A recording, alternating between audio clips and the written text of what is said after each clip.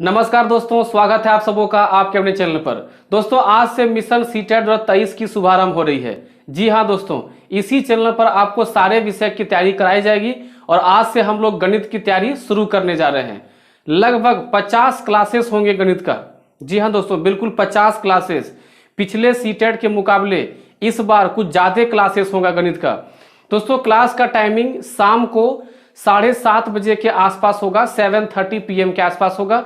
दोस्तों, शुरू करते हैं आज का पहला सवाल। और कंडीशन ये है कि आप पहले वीडियो को पॉज करेंगे, क्वेश्चन को आप पहले खुद से अटेम्प्ट करेंगे, उसके बाद आप क्वेश्चंस के सॉल्यूशन को देखेंगे। और जितने भी टॉपिक आपके सामने आएगा मैं उसके कॉन्सेप्ट के साथ साथ उसका सॉल्यूशन दूंगा, ट्रिक के साथ, ताकि कम से कम टाइम में सॉल्यूशन आप इसको कर सकें। ठीक है, देखिए आपकी स्क्रीन पर पहला क्वेश्चन है। क्वेश्चन कहता है कि 90 डिग्री से अधिक लेकिन 180 डिग्री से कम का कोण क्या कहलाता है। ऑप्शन है आपके एक न्यून कोण, एक समकोण, एक अधिक कोण या परिवर्तन कोण।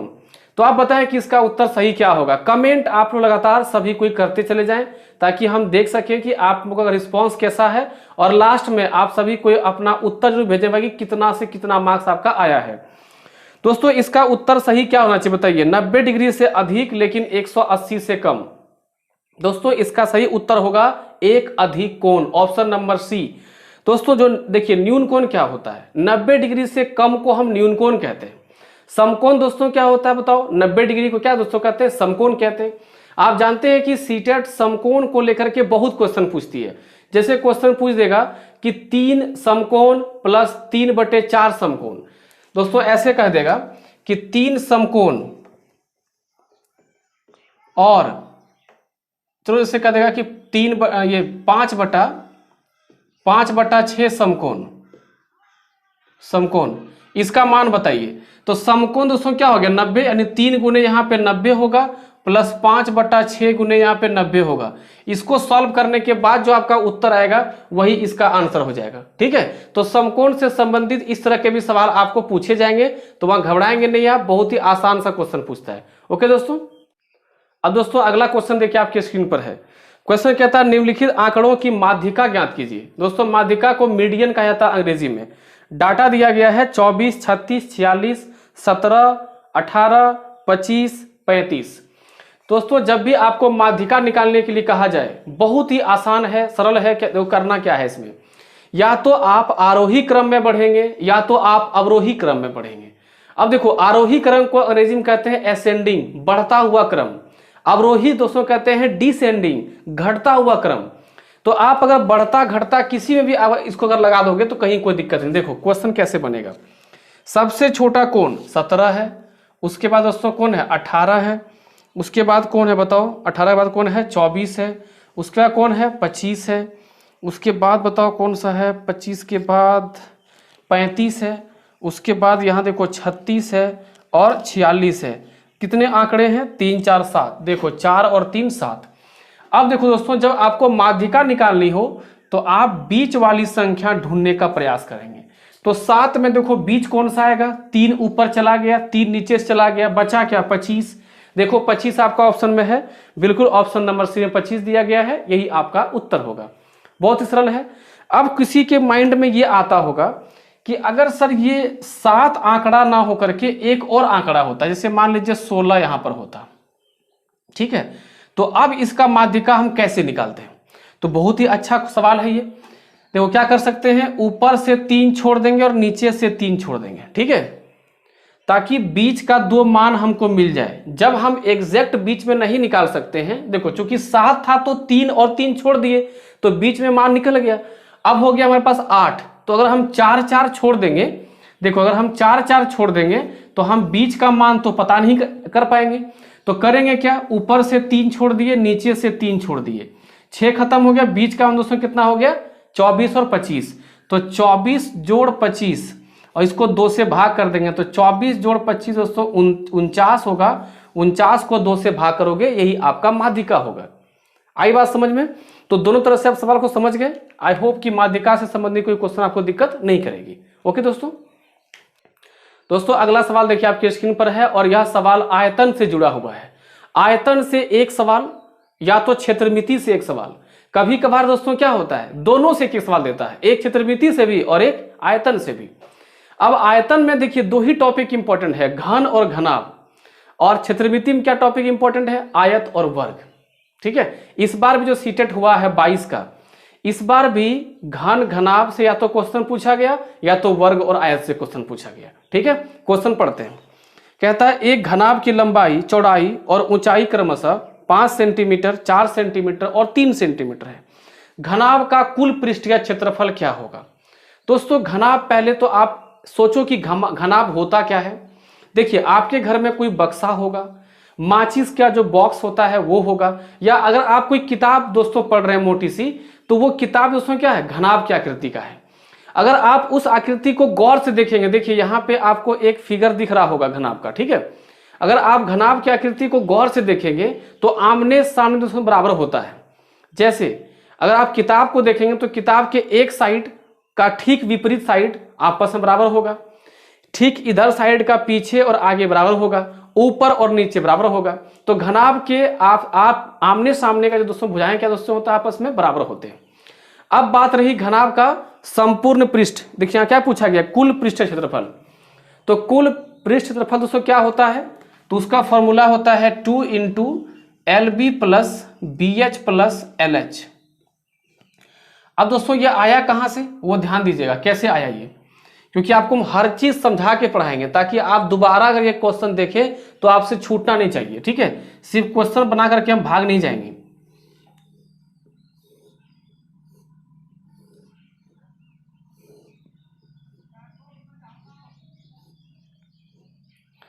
देखिए दोस्तों ये है घनाभ की आकृति। ठीक है, आप इमेजिन करिए कि आपका जो रूम है, ठीक है, आपका दोस्तों जो कमरा है वो भी क्या है, घनाभाकार है।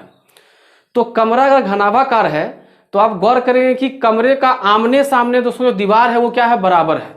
ठीक है, आप यहां देखिए ये जो दीवार है, इस दीवार दोस्तों क्या है, बराबर है। ये दीवार इसके पिछले दीवार से क्या है, बराबर है। ऊपर का सतह नीचे दोस्तों क्या है, बराबर है। तो घनाभ में कुल कितने, 6 सतह होते हैं। अब अगर दी हमको इसका कुल पृष्ठ निकालना है, पृष्ठ में क्या हो गया दोस्तों, सतह, कुल सतह का क्षेत्रफल निकालना है तो करना है दोस्तों क्या होगा, देखिए अगर हम इधर का निकाल लें तो उसको 2 से गुना कर देंगे, 2 पृष्ठ हो गया। अगर हम साइड का निकालते हैं एरिया, उसको 2 से गुना करते तो ये दोनों पृष्ठ हो गया। ऊपर निकालते हैं तो ऊपर का सतह को 2 से गुना करेंगे तो नीचे का भी निकल जाएगा। अब यहाँ ध्यान दो, L इंटू बी, देखो ये जो सतह है ये वाला, ये L है दोस्तों, ये क्या है, B है। तो निचला क्या हो गया, L इंटू बी, इसको 2 से गुना कर दिए। अब देखो B इंटू एच, देखो ये वाला क्या हो गया, देखो ये हो गया B और दोस्तों ये हो गया H, और ये वाला साइड वाला, तो BH कितना है, 2 है, तो 2 से गुना कर दिए। LH कौन है बताओ, LH है आपका ये ऊपर, देखो ये है L, सॉरी यहाँ देखो ये है L और ये है H, ये वाला है LH, वो कितना है, 2, क्योंकि एक उस साइड भी है। अब इसी पे आपको लगा देना है फॉर्मूला। LB कितना बताओ, L है 5, B है 4, तो 4 पंचे 20, और देखो B कितना है 4 और H है 3, तो 4 तिया 12। ठीक है, और एक L है 5 और H है 3, तो 5 तिया 15। तो कितना हो जाएगा 15 और 12 27, 27 और 20 47, 27 20 47, इसको 2 से गुना करोगे 94। देखो 94 ऑप्शन में है क्या, बिल्कुल सही, 94 ऑप्शन में है। अब यहां देखो ध्यान देने वाली बात है इसका ऑप्शन में, 94 देखो ऑप्शन नंबर ए में भी है और ऑप्शन नंबर बी में भी है। ठीक है, अब एक में सेंटीमीटर स्क्वायर है और एक में सेंटीमीटर क्यूब है, तो आप खुद बताओ कि LB यानी सेंटीमीटर इंटू सेंटीमीटर क्या होगा, centimetre square, centimetre into centimetre centimetre square, यहां भी centimetre into centimetre centimetre square. तो सब अगर स्क्वायर है तो ये भी मान दोस्तों किस में आया होगा, स्क्वायर में आया होगा। अगर आपको इतना समझ में नहीं आया तो आप सिंपल बात समझो कि क्षेत्रफल की चर्चा जब भी होगी वो हमेशा स्क्वायर में आएगा, चाहे मीटर हो या फिर सेंटीमीटर हो या फिर मिलीमीटर हो। ठीक है, तो इसमें क्या बोला है, कुल पृष्ठीय क्षेत्रफल, तो भाई जहां क्षेत्रफल बोला मार दो स्क्वायर। अगर बोलता आयतन तब क्या करते, क्यूब करते, ध्यान रखिए दोस्तों क्या करते, क्यूब करते। ठीक है, तो इसका आंसर दोस्तों क्या होगा 94। अब आपको हम कुछ और भी अप्रोच सिखाते हैं इसी क्वेश्चन का, ध्यान से समझेंगे आप। ठीक है, ताकि आप एग्जाम में अगर ऑप्शन देख करके भी मारना चाहें तो आप मार सकते हो। पहला है 94 सेंटीमीटर स्क्वायर, फिर है 94 सेंटीमीटर क्यूब, उसके बाद दोस्तों क्या है 47 सेंटीमीटर क्यूब और एक है 47 सेंटीमीटर स्क्वायर। देखो अगर मान लीजिए किसी स्टूडेंट को ये फॉर्मूला ध्यान में नहीं आया एग्जाम में, ठीक है, ये फॉर्मूला भूल जाता है वो, तो क्या वो टेक्निक लगाए कि सवाल को बिना सॉल्व किए वो मार दे। अब इसको गौर से देखना। देखो इतना खाली आपको पता होना चाहिए कि क्षेत्रफल जो होता है कुल पृष्ठ का, घनाभ का, उसमें देखो 2 से गुना करना पड़ता है ना दोस्तों, 2 से गुना करना पड़ता है। अब सोचो 2 से गुना आप किसी भी संख्या को करोगे तो वो सम संख्या बन जाएगा, विषम कभी रहेगा ही नहीं। तो अगर सम संख्या होगा तो भाई ये तो आपका आंसर दोनों में से कोई नहीं होगा, क्योंकि 47 2 से नहीं करता है, 47 2 से नहीं करता है, दोनों विषम संख्याएं हैं। अब या तो आंसर ए या तो आंसर बी होना चाहिए।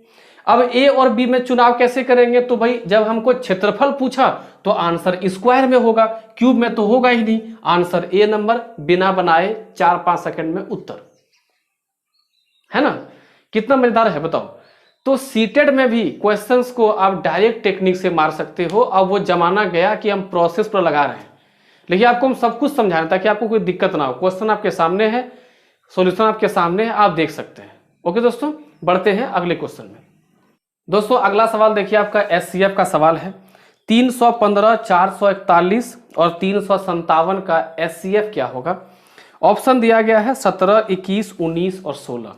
ठीक है, तो आप में से जिन लोगों को भी एचसीएफ जिस तरह से भी आता है आप ट्राई कर लीजिए, और गारंटी है कि हम जिस तरह से बताएंगे अभी आपको, अगर कोई मेरा क्लास इससे पहले एलसीएम एचसीएफ किए तो क्या उसको पता होगा, अगर नहीं किए तो आप सरप्राइज हो जाएंगे भाई कि ऐसा भी तरीका होता है एचसीएफ का।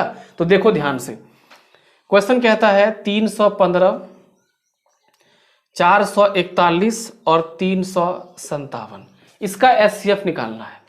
ऑप्शन ले लेते ताकि आपको ऑप्शन यहाँ पे दिखे, 17, 19, 21 और 16। ध्यान देंगे आप यहाँ पे, एकदम गौर से ध्यान देंगे दोस्तों। 3 संख्या हो या 3 संख्या से ज्यादा भी हो या फिर 2 संख्या भी हो, सब पे ये नियम लागू होगी। ठीक है, आप खाली ये ध्यान देंगे कि इन तीनों संख्याओं में से 2 सबसे नजदीक का संख्या कौन सा है। तो 2 सबसे नजदीक का संख्या दोस्तों ये है। ठीक है, 357 और 315, इन दोनों में आप अंतर करिए। तो 7 में देखो, यहाँ 315 आप लिख लेंगे, 7 में 5 गया तो 2, दोस्तों यहाँ कितना हो गया 5, 5 में 1 गया तो 4। ठीक है दोस्तों, कितना आया 42, 42। अब आपको देखना है कि क्या ये 42 ऑप्शन में है, तो नहीं है। तो ये 42 किससे कटने वाला है, तो ये 42 21 से कटने वाला है, उत्तर हो गया। ऑनेस्टी से बताइए, मजा आया कि नहीं दोस्तों। ट्रिक ऐसा आपको देंगे कि मतलब गणित धुआं धुआं हो जाएगा।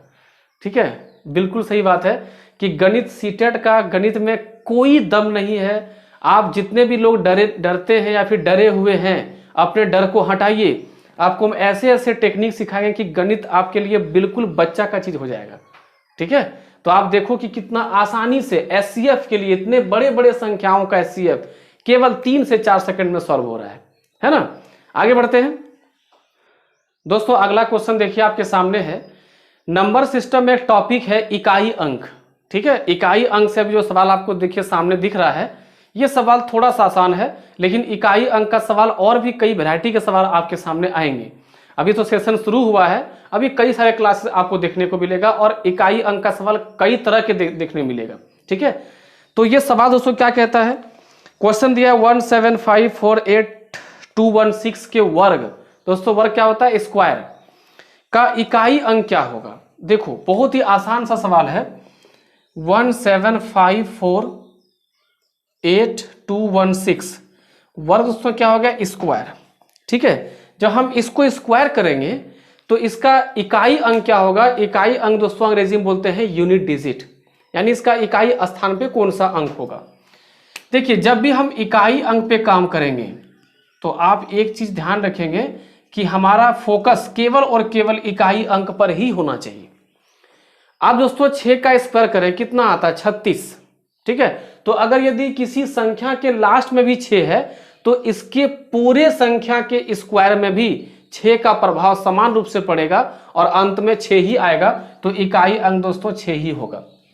और 6 पर एक और खास बात है 6 के बारे में कि 6 पे पावर 2 ही नहीं, 3, 4, 5, 6, 7, 8, 8,000, 8 लाख, 8 करोड़, कुछ भी रख दीजिए, ठीक है।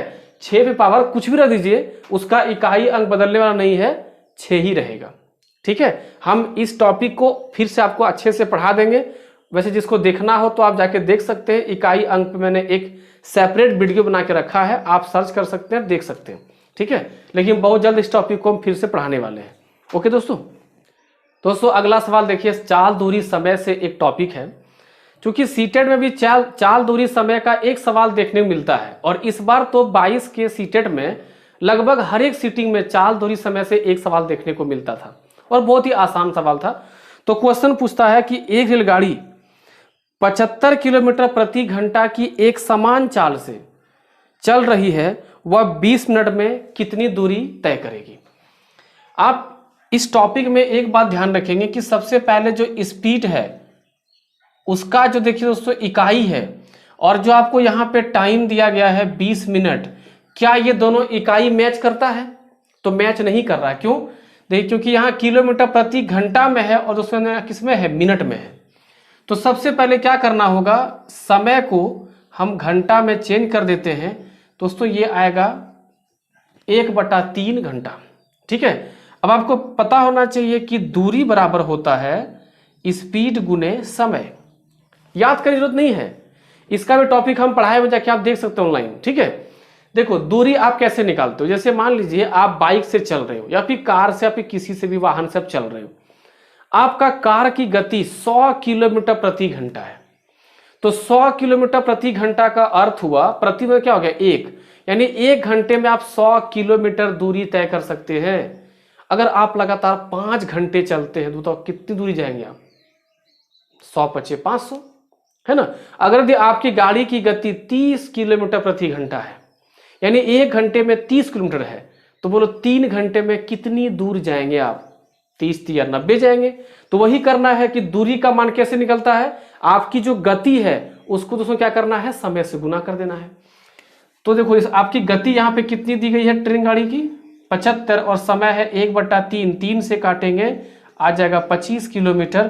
देखो 25 है ऑप्शन में, बिल्कुल है, ऑप्शन नंबर ए में ही 25 दिया गया है। बहुत ही सामान्य सा क्वेश्चन है, लेकिन इसमें ध्यान रखने वाली बात क्या है, इकाई बिल्कुल समान होना चाहिए। कभी कभी आपका जो स्पीड दोस्तों है वो स्पीड दिया रहेगा मीटर प्रति सेकेंड में। वैसे सवाल भी आगे आएंगे और आपको दिखाएंगे कि आप जो 5/18 या 18/5 जो भाग करते हैं या फिर गुना करते हैं, वो सब कुछ भी नहीं करना है, और बहुत ही समान तरीके से आप स्पीड को चेंज करते हुए क्वेश्चन को चुटकी में सॉल्व कर देंगे, ठीक है दोस्तों सीटेट आप में से जिनको भी निकालना है, एक बात आप माथा में सेट कर लीजिए, ठीक है, बिल्कुल, कि नंबर सिस्टम पे आपका कमांड ऐसा होना चाहिए कि नंबर सिस्टम आप पढ़ा सके। अगर नंबर सिस्टम आपके अंदर पूरा कमांड हो गया तो सीटेट के मैथ को आप उड़ा दीजिएगा। वरना जो लोग एग्जाम दिए हुए हैं उसको ये बात बिल्कुल सही लग रहा होगा। जितने लोग नए हैं आप जब एग्जाम हॉल में बैठिएगा समझ में आएगा कि हम क्या बोल रहे थे आपको, ठीक है। अगला देखिए क्वेश्चन क्या है, 12, 18 और 20 से पूरी तरह से विभाजित होने वाली 3 अंकों की बड़ी से बड़ी संख्या क्या होगी, या सबसे बड़ी संख्या क्या होगी। ऑप्शन देखिए हम आपके बोर्ड पे हम खुद लिख रहे हैं, क्वेश्चन देखिए आपके सामने है, आप लोग अटेम्प्ट करिए, तब तक हम यहाँ पर क्वेश्चन आपको दिखाते हैं सॉल्व कैसे करना है। किसे किसे भाग करना है, 12, 18, 20 से, 12, 18 और 20 से। अब यहां पर एक बात मेरा ध्यान से सुनिएगा, ठीक है। जब भी ऐसा सवाल दिया रहे कि 2 या 2 से अधिक, जैसे 2 या कितना संख्या है, 3 संख्या है ना, 2 या 2 से अधिक संख्याओं से जब किसी भी संख्या को विभाजित करवाने के लिए कहा जाए कि पूर्णता कट जाए या उसका गुणज हो, तो आप समझ जाना कि यह सवाल एलसीएम का है। और अगर ऐसे सवाल में अगर आप एलसीएम का प्रोसेस लगाओगे तो कम से कम 2 मिनट समय आपका खर्च होगा। एलसीएम निकालो, फिर से भाग करो, तो मेरा जो टेक्निक है उसको आप ध्यान दें, ठीक है। तो ये क्वेश्चन कहता है कि 12, 18, 20 इन तीनों से कटना चाहिए, ठीक है दोस्तों। तो देखिए इसमें कहीं न कहीं हमको 18 जो दिख रहा है, 18 किससे कटने वाली बताइए? 18 कटने वाली है 9 से। तो 18 के पहाड़ा में जितने भी संख्याएं आएंगी, यानी 18 जिन जिन संख्याओं को काटेगी उसको 9 भी काटेगा। मतलब ये हुआ कि इसका जो एलसीएम आएगा वो 9 से कटने वाली होनी चाहिए। तो 9 से कटने वाली इसमें एक तो 990 है और एक 9 है, बाकी ये नहीं है। अब ये कैसे मैंने कहा इतना क्विकली, अब उसको ध्यान से सुनेंगे। 9 से कोई संख्या तभी कटेगी जब आपको जोड़ने पर संख्याएं 9 हो जाए। देखिए यहां तो हमको 9 साफ साफ दिख रहा है, तो जोड़ने का काम ही क्या है। यहां भी देखो 9 साफ साफ दिख रहा है, जीरो को जोड़ने से जीरो खत्म हो तो खत्म ही हो गया। 9 8 17 ये तो जोड़ने पर 9 नहीं आ रहा है। 9 2 11 जोड़ने पर 9 नहीं आ रहा है। ठीक है, अब देखना कि 2 तो उत्तर होगा नहीं, उत्तर कोई एक ही होगा। अब यहां देखो क्या है 12। ठीक है, तो 12 दोस्तों 12 में 3 भी है और 4 भी है। आप ध्यान देंगे कि अगर यदि 12 है तो उसमें एक चीज आपको ध्यान रखना है कि अगर 12 में 3 गुने 4 है तो दोस्तों 4 से कटने का एक नियम होता है कि 4 से वही संख्या कटेगी जिसके अंत के 2 संख्या 4 से कट जाए, यानी 2 अंक 4 से कट जाए। तो 90 4 से कटेगा? चेक करो, बिल्कुल नहीं कटेगा। ठीक है, जबकि अगर अंत में डबल जीरो है तो वो 4 से कटेगी, यानी ये संख्या 4 से कटेगी, और 9 है तो वो 3 से भी कटेगी, 18 है तो वो 9 से कटेगी। यानी ये आपका सही उत्तर होगा 900। 900 वो संख्या है 3 अंकों की सबसे बड़ी जो 12, 18 और 20 से कटेगी। बोलिए आपको समझ में आया टॉपिक क्या है? तो इस तरह से एलसीएम को मैंने पढ़ाया है। अगर आप लोग कोई हमसे पढ़े हैं एलसीएम ऑनलाइन या ऑफलाइन तो आपको समझ में आ रहा होगा कि भाई कि ये टॉपिक बहुत ही आसान है। ठीक है, अगला क्वेश्चन देखते हैं दोस्तों। अगला सवाल जो आपके सामने है देख रहे हैं स्क्रीन पर, यह सवाल सीटेड 22 के हर एक सीटिंग में 1 से 2 क्वेश्चन दिया गया था। तो आप लोग भी ये माइंड में रख लें कि ये सवाल आपको 23 के सीटेड में जरूर देखने को मिलेगा। ठीक है दोस्तों, ये क्वेश्चन क्या कहता है? कहता है 3, 5 और 7 द्वारा निर्मित यानी बनने वाली सबसे बड़ी और सबसे छोटी संख्या के बीच का अंतर क्या होगा? ठीक है, 3, 5, 7, 3, 5, 7 इन 3 संख्याओं से 3 अंकों से सबसे बड़ी संख्या बनानी है। तो जब बड़ी संख्या की बात होगी देखो कितना आसान है। तो सबसे बड़ा अंक से शुरू करेंगे, उसके बाद जो छोटा है, उसके बाद जो छोटा है। तो 753 वो 3 अंक की सबसे बड़ी हो गई। अब छोटी क्या होगी देखिए, तो छोटी के लिए आप सबसे छोटी अंक से शुरू करेंगे, फिर 5 और बाद में सबसे बड़ी। अब इसका अंतर कर देना है। 13 में 7 गया तो दोस्तों 6 बचेगा। यहां कितना बच गया? 4। 4 में 5 गया तो दोस्तों कितना हो गया? 14 में 5 गया तो 9। यहां दोस्तों बच गया 6। 6 में 3 गया तो 3। देखिए क्या 396 ऑप्शन में है? बिल्कुल सही है, 396 ऑप्शन नंबर ए में ही दिया गया है। ठीक है, तो दोस्तों जो सवाल आप कर रहे हैं 2022 के पैटर्न के अनुसार से क्वेश्चन कराया जा रहा है आप लोग को। तो आप लोग एक भी क्वेश्चन स्किप नहीं करिए और जितना हो सके अपने दोस्तों को शेयर कर दीजिए कि भाई मैथ्स के क्लासेस शुरू हो गए हैं, आप लोग सभी कोई यहां से हेल्प ले सकते हैं अगले सीटेट के लिए। ठीक है, आइए अगला क्वेश्चन देखते हैं। कहता हुआ सबसे छोटी संख्या ज्ञात करें जिससे संख्या 81 को भाग देने पर भागफल एक पूर्ण घन प्राप्त हो जाए। वेरी गुड, 81 को भाग करना। ठीक है, देखिए 81 को भाग करना है और जिससे भाग करेंगे जो भागफल मिलेगा यानी जो क्वोशिएंट मिलेगा वो एक पूर्ण घन होना चाहिए। अब देखिए इसका ऑप्शन तो क्या क्या दिया? 27 है, 9 है, 81 है, 3 है। अगर हम 27 से 81 को काटते हैं तो 3 बचेगा और 3 कोई घन नहीं होता है। 9 से काटेंगे इसको अगर हम, तो 9 से काटेंगे 81 को तो 9 भागफल मिलेगा और 9 की कोई क्यूब नहीं होता तो उसे स्क्वायर होता है। 81 से काटेंगे तो 0 हो जाएगा, खत्म हो जाएगा। 3 से काटेंगे, ध्यान देंगे 3 से काटेंगे तो 27 मिलेगा और ये 27 3 का पूर्ण घन है। बात समझ में आ रहा है? तो इसका आंसर दोस्तों क्या हो जाएगा? आंसर इसका होगा 3, ऑप्शन नंबर डी। ठीक है दोस्तों अगला सवाल देखिए आपके स्क्रीन पर है, बहुत ही सिंपल सवाल है। इस तरह के सवाल इसलिए हम कलेक्ट किए हैं क्योंकि इस बार 22 में पूछा गया। क्वेश्चन कहता है रीमा ने 54 मीटर 15 सेंटीमीटर कपड़ा खरीदा, उसमें से 15 मीटर 5 सेंटीमीटर कपड़े का प्रयोग पर्दे बनाने के लिए किया, अब कितना कपड़ा उसके पास शेष बच गया है। तो ये बहुत ही सामान्य सा घटाव का सवाल है। 54 मीटर और 15 सेंटीमीटर ये बोल रहा है, तो 54 मीटर 15 सेंटीमीटर इतना कपड़ा खरीदा है, और पर्दा बनाने के लिए 15 मीटर और कितना बोला 5 सेंटीमीटर इतना वो पर्दा बना दी है। तो 15 में 5 चला गया तो भाई 10 सेंटीमीटर यहाँ हो गया, और यहाँ देखो 14 में 5 गया तो 9, और यहाँ बचा 4 में 1 गया तो 3, 39 मीटर 10 सेंटीमीटर आपके ऑप्शन में है, बिल्कुल ऑप्शन नंबर ए में ही दिया गया है, यही आपका उत्तर है। क्वेश्चन को आसान नहीं समझिए, क्वेश्चन जो है आसान तो है लेकिन ये एग्जाम में आ रहा है, तो जो एग्जाम में आ रहा है वो टॉपिक सब आपका क्लियर होना चाहिए। ये टॉपिक आ रहा है, आप देखेंगे कि पूरे सेशन के दौरान आपको एक भी क्वेश्चन ऐसा नहीं दिखेगा जो कि एग्जाम में के लिए नहीं इंपॉर्टेंट है या फिर जो नहीं पूछा गया। दोस्तों अगला सवाल देखिए पाइथागोरस से है। कहता है कि पाइथागोरस त्रिक लिखिए। त्रिक का क्या होता है? ट्रिपलेट, अंग्रेजी में बोलते हैं उसको ट्रिपलेट, यानी एक भुजा, दूसरी भुजा और कर्ण की मान, ये तीनों दोस्तों आपस में क्या होता है? त्रिक होता है, जिसके दो सदस्य 16 और 63 हैं। तो कहता है कि उसका त्रिक में लिखना है कि तीसरा क्या होगा। तो ध्यान देंगे कि त्रिक लिखने के लिए क्या करेंगे, अगर पहला दिया है तो 16 का स्क्वायर और प्लस 63 का स्क्वायर। अब यहां बात आता है कि अगर यदि हम लोगों को 63 का स्क्वायर नहीं पता, 16 का स्क्वायर नहीं पता, तो कैसे सवाल सॉल्व होगा। तो अब आपको बता रहे हैं कि यह सवाल बिना कुछ किए, बिना इसका स्क्वायर जाने भी हम क्वेश्चन को सॉल्व कर लेंगे। तो कैसे दोस्तों, 16 का स्क्वायर जो भी होता होगा, लेकिन आपको हम क्या सिखाएं कि इसके स्क्वायर के अंत में 6 होगा। अगर यहां पर 6 है तो पावर कुछ भी दे तो अंत में 6 होगा, ठीक है। और देखो उसमें क्या है 63, अंत में 3 है, तो स्क्वायर अगर जब करेंगे तो 63 का जो दोस्तों स्क्वायर मान होगा अंत में क्या होगा 9 होगा।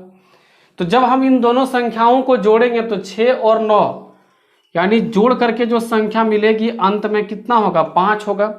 अब आप ऑप्शन देखिए, ऑप्शन कहता है 79, 32, 65 और 126। तो इसमें एक ही ऐसा संख्या है जिसके अंत में 5 है, क्योंकि 5 का स्क्वायर का मान यहां आएगा तभी बाहर 5 निकलेगा। यहां दोस्तों जो 5 है यानी यह संख्या किसमें है, स्क्वायर में होगा ना। अगर रूट में है तो यह संख्या स्क्वायर होगी तब ना बाहर निकलेगा। तो किसी के स्क्वायर में अगर 5 है, इसका मतलब कि उस संख्या के भी अंत में 5 होना चाहिए। हो गया उत्तर 65। इस तरह से क्वेश्चन को सॉल्व करेंगे, ठीक है। आगे बढ़ते हैं।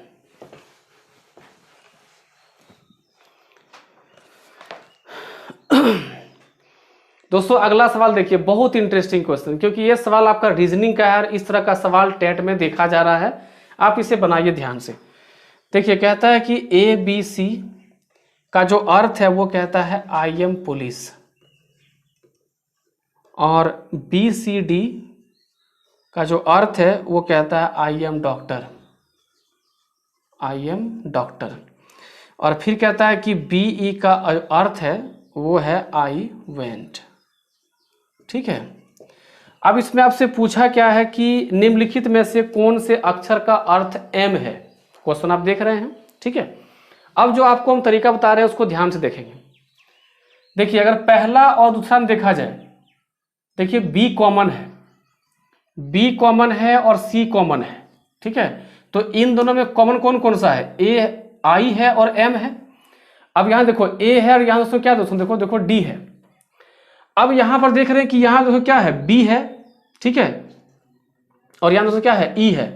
तो इसका मतलब ये हुआ कि इन तीनों में, अगर तीनों में B है तो तीनों में कोई कॉमन होना चाहिए। तीनों में कॉमन कौन सा है, I है। अगर तीनों में कॉमन I है, इसका मतलब कि I का मान किसके लिए है, B के लिए है। अब से पूछा क्या है M, ठीक है। तो अब बताओ कि M किसके लिए रहा होगा। तो दोनों में जो कॉमन है M, तो यहां देखो दोनों में कौन सा कॉमन, दोनों में से कॉमन कौन सा C है।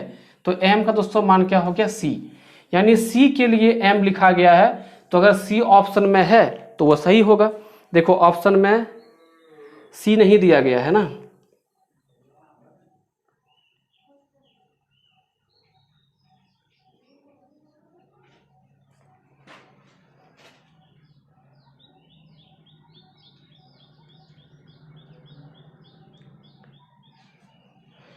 b तीनों में कॉमन है, i तीनों कॉमन है, तो i का मान दोस्तों b हो गया।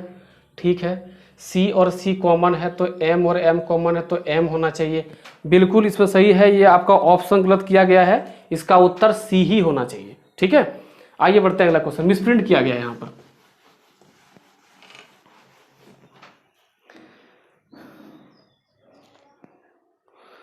दोस्तों अगला क्वेश्चन देखिए, कहता है कि 4096 का घनमूल क्या होगा। घनमूल समझते हैं, क्यूब रूट। ठीक है, 4096 का घनमूल क्या है।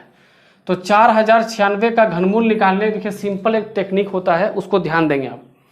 सबसे पहले आप देखेंगे कि 6 किसके क्यूब पे आता है। तो 6 जो है वो 6 के ही क्यूब पर आता है। तो दोस्तों इसके लिए क्या लिखेंगे, 6। सबसे अंत पहला काम क्या किया कि अंतिम अंक देखना है कि ये किसके क्यूब में आता है। तो 6 के क्यूब में आता है, तो इसके लिए दोस्तों क्या हो जाएगा, 6 हो जाएगा। अब 2 अंक आप छोड़ देंगे, ध्यान रखेंगे क्यूब का ये ट्रिक है, क्यूब रूट निकालने का 2 अंक छोड़ देना है। 2 अंक छोड़ने के बाद आपको देखना है कि ये 4 के नीचे, यानी 4 से पहले, जैसे 1 2 3, जो 4 से पहले कोई क्यूब नंबर है क्या। तो 4 से पहले एक ही तो क्यूब नंबर कौन सा है, 1 का क्यूब 1। तो इसके नीचे एक ही क्यूब है, वो कौन सा है, 1, यानी 1 किसका क्यूब है, 1 का क्यूब है। तो यहाँ पे हम ये 1 का क्यूब है, तो यहाँ क्या लगा देंगे 1, यानी इसका घनमूल दोस्तों क्या हो जाएगा 16। तो इस तरह से आप क्वेश्चन को सॉल्व करेंगे। ठीक है।